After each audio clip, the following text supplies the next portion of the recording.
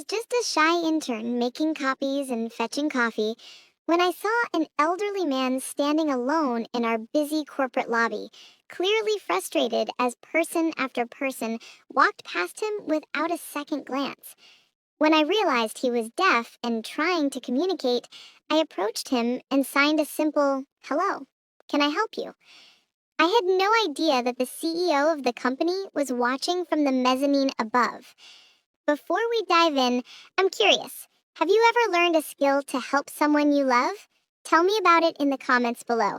And don't forget to subscribe for more inspiring stories like this one. Now, let me take you back to that life-changing Tuesday morning. 6 months ago, I was the most invisible person at Meridian Communications.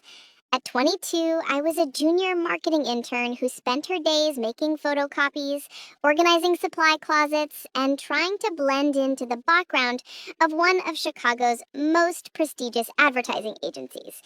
I was the kind of person who ate lunch alone at her desk, who took the stairs instead of the elevator to avoid small talk, and who had never spoken up in a meeting. Not once.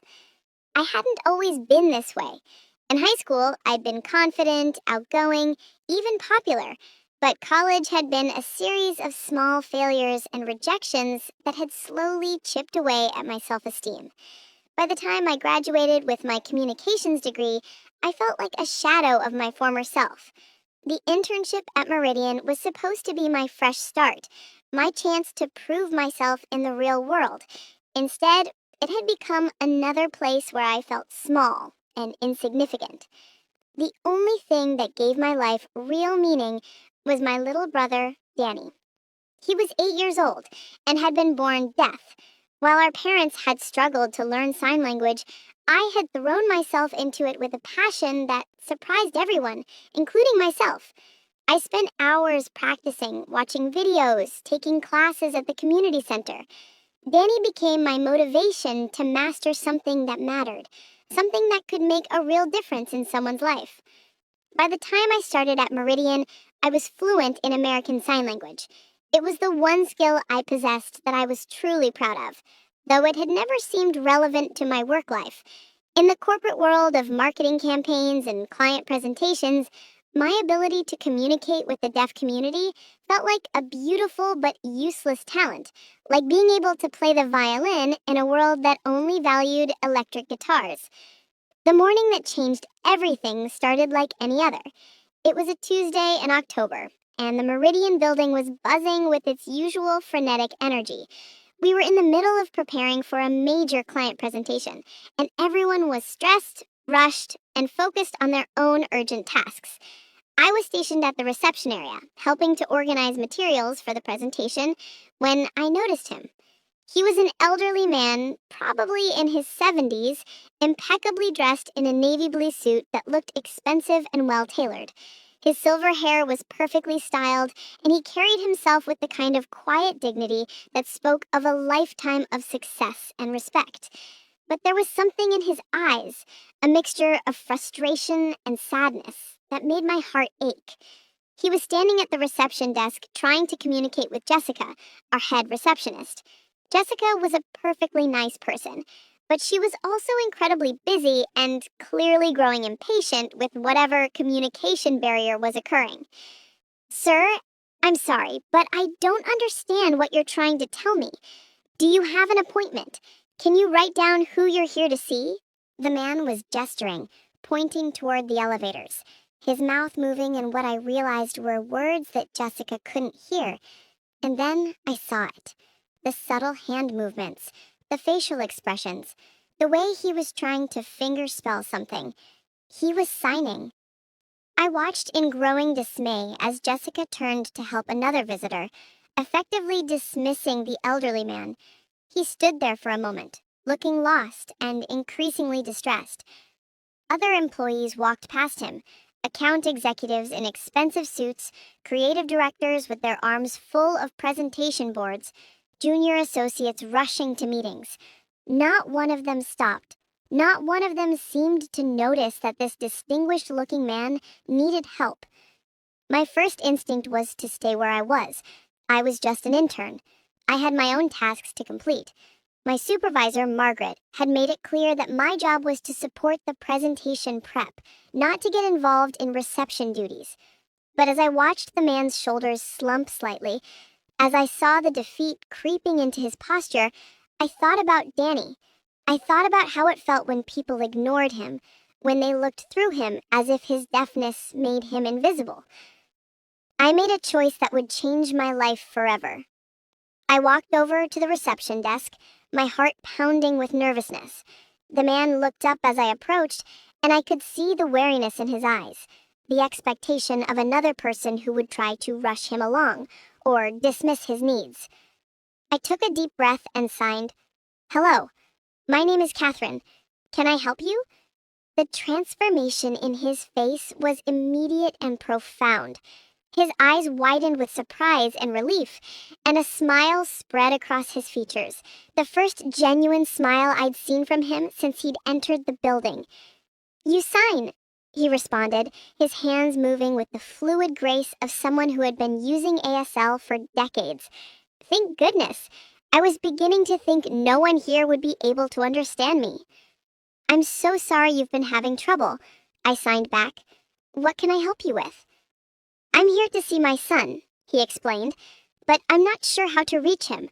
I don't have an appointment, and the young woman at the desk," he gestured toward Jessica, who was now helping someone else. "She seemed very busy." "What's your son's name?" I asked. "I can help you find him." The man paused for a moment, and I could see something complicated pass across his face, a mixture of pride and uncertainty. "Michael Hartwell," he signed finally. My heart nearly stopped. Michael Hartwell, the CEO of Meridian Communications, the man whose name was on the building directory, whose corner office occupied the entire top floor, whose rare appearances in the common areas of the building caused a ripple of nervous energy among the staff. "Mr. Hartwell is your son?" I signed, trying to keep my surprise from showing on my face. "Yes," he confirmed. "I know he's very busy, but I was hoping, well, I was in the neighborhood, and I thought perhaps I could see him for just a few minutes." I could see the vulnerability in his expression, the way he was trying to appear casual about what was clearly an important visit. This was a father who wanted to see his son, and I realized with a growing sense of sadness that he probably didn't feel entirely welcome in his own son's workplace. "Of course," I signed. "Let me see what I can do. Would you like to have a seat while I make some calls?" I guided him to the comfortable seating area in the lobby, making sure he had a clear view of me so we could continue communicating. Then I faced my first major challenge. How does a lowly intern arrange a meeting between a visitor and the CEO of the company? I started with Mr. Hartwell's executive assistant, a formidable woman named Patricia, who guarded access to the CEO like a dragon protecting treasure. When I called her extension, her voice was crisp and professional. "Mr. Hartwell's office? This is Patricia." "Hi, Patricia. This is Kathryn Walsh from the intern program. I have a visitor here in the lobby who says he's Mr. Hartwell's father, and he'd like to see him if possible." There was a long pause. "His father?" "Yes, ma'am. An elderly gentleman, very well dressed. He's been waiting in the lobby." Another pause. Longer this time. "I'll need to check with Mr. Hartwell. Can you have the visitor wait?" "Of course. Thank you." I hung up and returned to Mr. Hartwell, Robert, as he'd introduced himself, to let him know that we were working on arranging the meeting. While we waited, we talked. Or rather, we signed, and I discovered that Robert Hartwell was one of the most interesting people I'd ever met. He told me about his career as an architect, how he'd designed several of the buildings that now made up Chicago's skyline. He told me about his late wife, Michael's mother, who had been a teacher at the Illinois School for the Deaf. He told me about the challenges of raising a hearing son as a deaf parent, and the pride he felt in Michael's success, even though they didn't see each other as often as he'd like. "He's always been driven," Robert signed, his expression a mixture of admiration and concern. Even as a child, he wanted to prove himself, to show the world that having a deaf father didn't hold him back. I'm proud of what he's accomplished, but sometimes I worry that he's forgotten how to slow down, how to just be. As we talked, I became increasingly aware that we were drawing attention. Other employees were glancing our way, some with curiosity, others with what looked like annoyance. I could see Jessica at the reception desk fielding questions about why there was some kind of sign language conversation happening in the lobby. 20 minutes passed, then 30. Patricia called back to say that Mr. Hartwell was in back-to-back meetings and wouldn't be available for at least another hour. I could see the disappointment in his eyes, though he tried to hide it. Perhaps I should come back another time, he signed. I don't want to be a bother. You're not a bother, I assured him. Would you like to wait a little longer? I can show you around the building if you'd like. We have some beautiful artwork on the upper floors. His face lit up. I would love that. I haven't seen where Michael works. And so began what would later be described as the most unauthorized building tour in Meridian Communications history. I should have been organizing presentation materials. I should have been making copies and updating spreadsheets. Instead, I spent the next 2 hours giving Robert Hartwell a comprehensive tour of his son's company. We started with the creative department, where I introduced Robert to some of the graphic designers and copywriters. Most of them were polite, but clearly busy, offering quick hellos before returning to their work. But a few were genuinely interested in meeting him, especially when I explained that he was an architect and could appreciate the design elements of their campaigns. I translated conversations, helped Robert understand the work that was being done, and watched his face light up with pride as he learned more about the company his son had built. We visited the account management floor, where Robert was fascinated by the client relationship strategies. We even stopped by the break room, where he shared stories about the coffee shops he used to frequent in his younger days. Throughout the tour, I was acutely aware that I was neglecting my assigned duties. My phone buzzed with increasingly urgent texts from Margaret, my supervisor, asking where I was and reminding me of the tasks I was supposed to be completing. But every time I looked at Robert's face, saw the joy and interest in his eyes as he learned about his son's world, I couldn't bring myself to cut the tour short. It was during our visit to the marketing analytics department that I first noticed him. Michael Hartwell was standing on the mezzanine level that overlooked the main floor, partially hidden behind a pillar. He was watching us, watching his father interact with his employees, watching me translate conversations and facilitate connections. I couldn't see his expression clearly from that distance, but something about his posture suggested he'd been there for a while. My heart started racing. The CEO was watching me give an unauthorized tour, while I was supposed to be working on presentation materials. I was probably about to be fired, and I was definitely about to get Robert in trouble for disrupting the workplace. But when I glanced back a few seconds later, he was gone. We continued the tour, visiting the conference rooms where major client presentations took place, the library where the company's award-winning campaigns were displayed, and finally, the executive floor. Robert was particularly interested in this area, asking questions about the decision-making processes and the leadership structure of the company.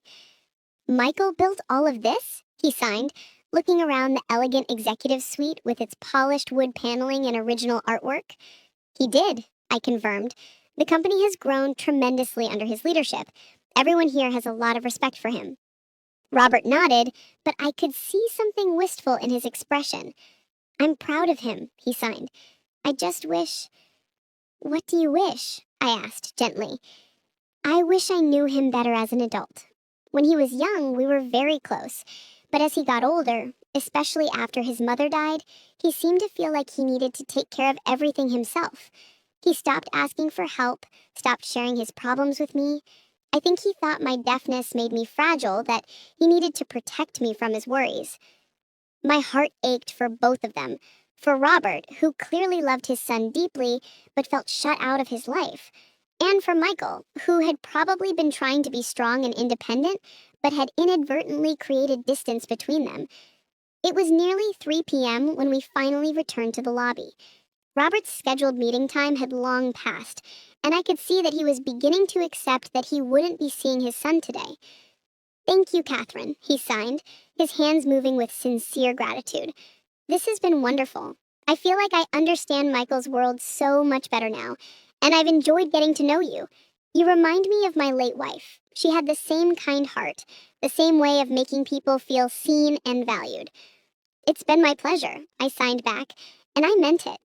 Despite the anxiety I felt about neglecting my work duties, the afternoon had been one of the most meaningful I'd experienced since starting at Meridian. As Robert prepared to leave, I saw Margaret approaching from across the lobby. My supervisor's face was a mask of barely controlled anger, and I knew I was about to face the consequences of my choices. "Kathryn," Margaret said, her voice sharp enough to cut glass, "I need to speak with you, now." I turned to Robert to explain that I had to go, but before I could sign anything, a voice behind me said, "Actually, Margaret, I need to speak with Miss Walsh first." I turned around and found myself face to face with Michael Hartwell himself. He was tall, probably in his early 50s, with the same intelligent eyes as his father, and an air of quiet authority that made it clear why he was successful in business. But there was something else in his expression, something that looked like emotion carefully held in check. "Mr. Hartwell?" Margaret stammered, clearly as surprised as I was. "I was just about to discuss Ms. Walsh's absence from her assigned duties today. She was supposed to be helping my father," Michael said, quietly, his eyes never leaving my face. Which, from what I observed, she did beautifully. The lobby seemed to go quiet around us. Margaret's mouth opened and closed without sound. Robert was looking back and forth between his son and me with growing understanding and delight. "Dad," Michael said, and for the first time, I heard his voice soften. He turned to his father and began to sign, slowly, somewhat clumsily, but with obvious effort and care. "I'm sorry I kept you waiting. I didn't know you were here until..." He paused, glancing at me, then continued signing. "Until I saw you with Kathryn. I've been watching you two for the past hour. I haven't seen you look that happy in years." Robert's face was radiant, with joy and surprise. "You've been learning to sign?" "I've been trying," Michael admitted, his hands moving more confidently now. "I should have done it years ago. I should have made more effort to communicate with you in your language, instead of always expecting you to adapt to mine." Father and son embraced then, right there in the middle of the busy lobby, and I felt tears spring to my eyes. Around us, the usual bustle of the office had slowed, as people stopped to watch this unexpected reunion. When they separated, Michael turned back to me. "Ms. Walsh, could I speak with you in my office? There are some things I'd like to discuss." My heart was pounding as I followed Michael Hartwell to the elevator, with Robert walking beside us. Margaret had disappeared, probably to process what had just happened and figure out how to handle the fact that her intern had just been personally requested by the CEO. The executive elevator was silent, except for the soft hum of machinery. I kept glancing at Robert, who was practically glowing with happiness, and at Michael, whose expression was unreadable but intense. Michael's office was everything I had imagined and more. Floor-to-ceiling windows with a breathtaking view of the Chicago skyline, elegant furniture that probably cost more than my annual salary, and walls lined with awards and photographs documenting the company's success. But what struck me most was how impersonal it felt, how little of Michael himself was visible in the space. "Please, sit," Michael said, gesturing to the chairs in front of his desk. Robert and I sat down, and Michael took the chair next to his father, rather than behind his desk, a small gesture that somehow made the conversation feel more personal. "Miss Walsh," Michael began, "I owe you an apology, and an explanation." I looked at him in confusion. "An apology? Sir, I'm the one who should be apologizing. I know I was supposed to be working on the presentation materials, and instead He held up a hand to stop me. You did exactly what you should have done, what I wish more of my employees would do." He paused, looking at his father with an expression that was equal parts love and regret. "My father has visited this office exactly 3 times in the 10 years since I became CEO. Each time, he's been treated like an inconvenience, a disruption to the important work happening here. Each time, I've watched from a distance as my own employees, people I pay, people who represent my company, have made him feel unwelcome in his own son's workplace." Robert reached over and touched his son's arm, signing something I couldn't quite catch. Michael nodded and continued. "Today was different. Today I watched a 22-year-old intern abandon her assigned duties to spend 3 hours making my father feel valued, respected, and included. I watched her translate conversations, facilitate connections, and treat him not as a burden or an obstacle, but as an honored guest." His voice grew thick with emotion. "I watched her give him something I haven't given him in years, the feeling that he belongs in my world." I felt tears welling up in my eyes. "Mr. Hartwell, I have a younger brother who's deaf, and I know how it feels when people ignore him or treat him like he's invisible. I couldn't stand to see that happen to your father." "And that," he said, "is exactly why I need to talk to you about your future here." My heart sank. This was it, the gentle letdown before the termination. "I understand if you need to let me go," I said quietly. "I know I didn't do my assigned work today." Michael looked genuinely surprised. "Let you go? Miss Walsh, I want to offer you a job. A real job, not an internship." I stared at him, certain I'd misheard. "I'm sorry, what?" "What I witnessed today showed me something that's been missing from this company, a genuine commitment to inclusion and accessibility.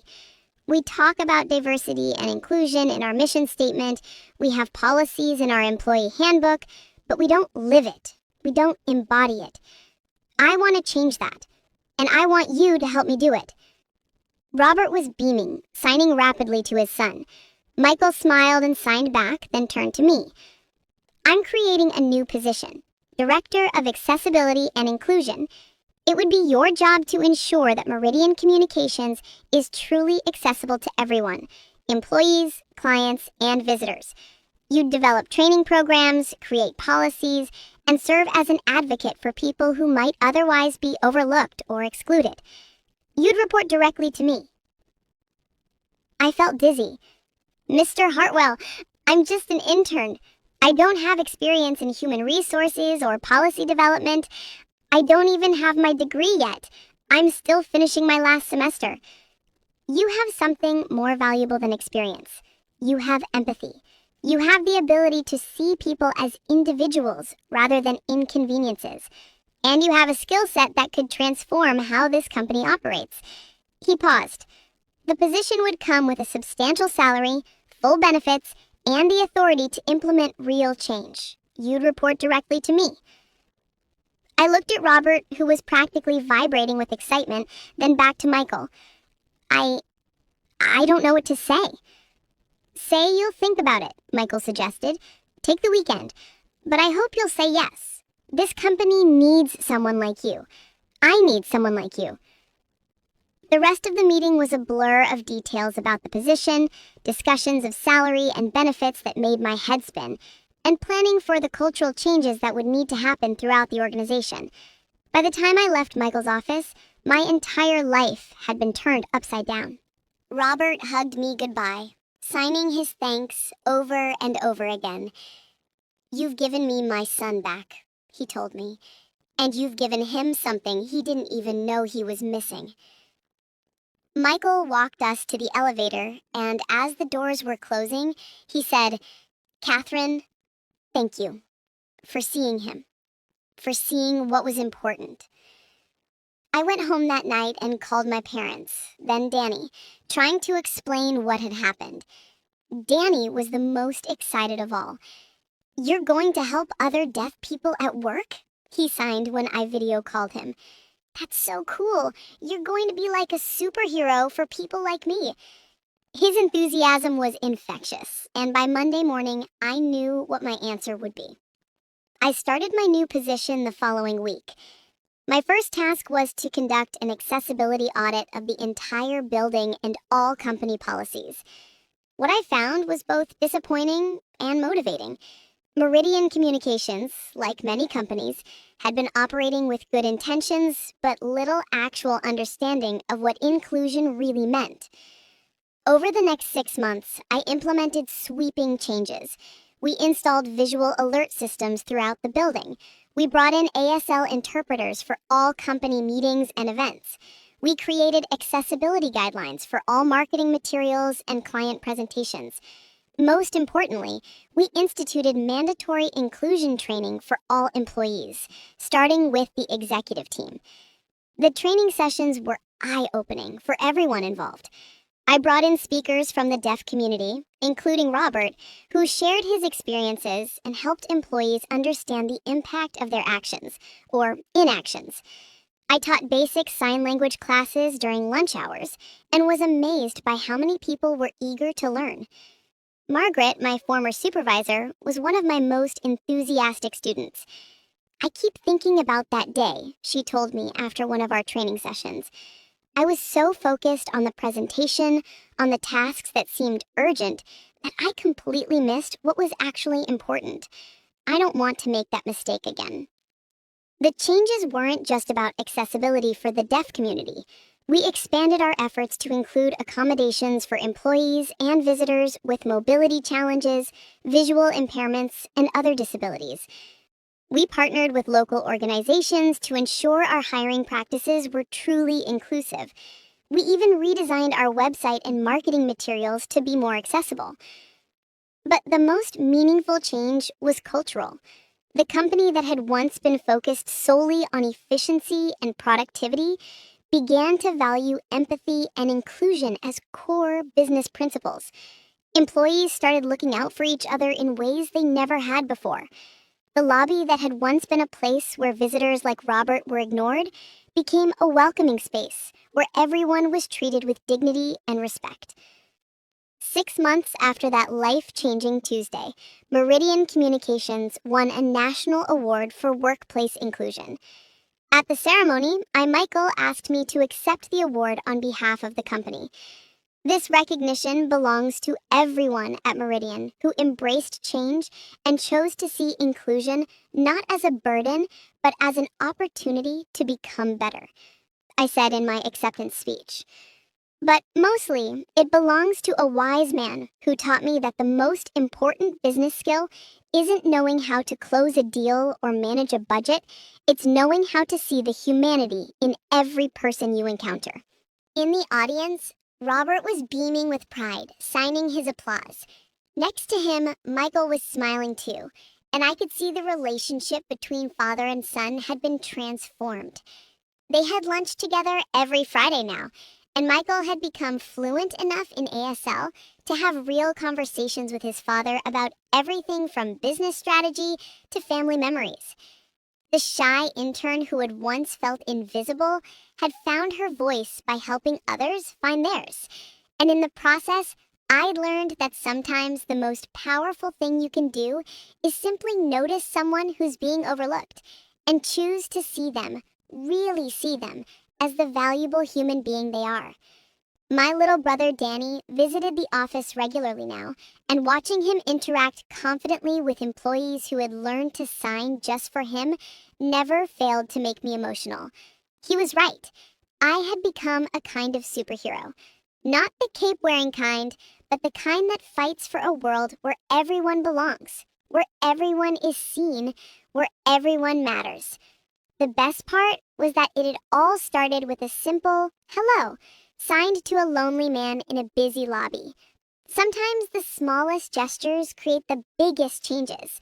Sometimes all it takes is one person willing to stop, to notice, to care. And sometimes, when you're brave enough to reach out to someone who's been overlooked, you discover that you're not just changing their world, you're changing your own. An absolutely beautiful story about how a simple act of inclusion can transform lives and entire organizations. What do you think of Kathryn's decision to abandon her assigned tasks to help Robert? Let us know your thoughts in the comments below. If you were inspired by this incredible story of compassion and change, please show your support by hitting that like button and be sure to subscribe for more uplifting stories that celebrate the power of human kindness. Don't forget to click the notification bell so you never miss an upload. Thanks for watching, and we'll see you in the next one.